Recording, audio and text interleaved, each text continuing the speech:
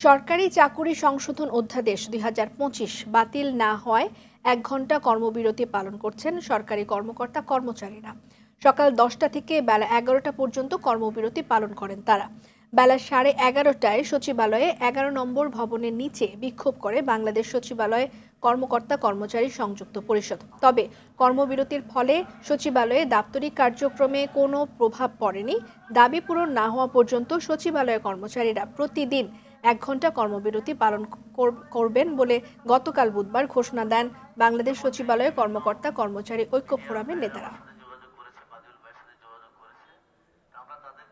সচিবালয় সহ সারা বাংলাদেশের সকল কর্মচারী এই বিষয়ে অবগত হয়েছে। কোন স্টেক হোল্ডারদের সাথে আলোচনা নাই, পরামর্শ নাই, রাতের আধারে এই আইনটা করা হয়েছে।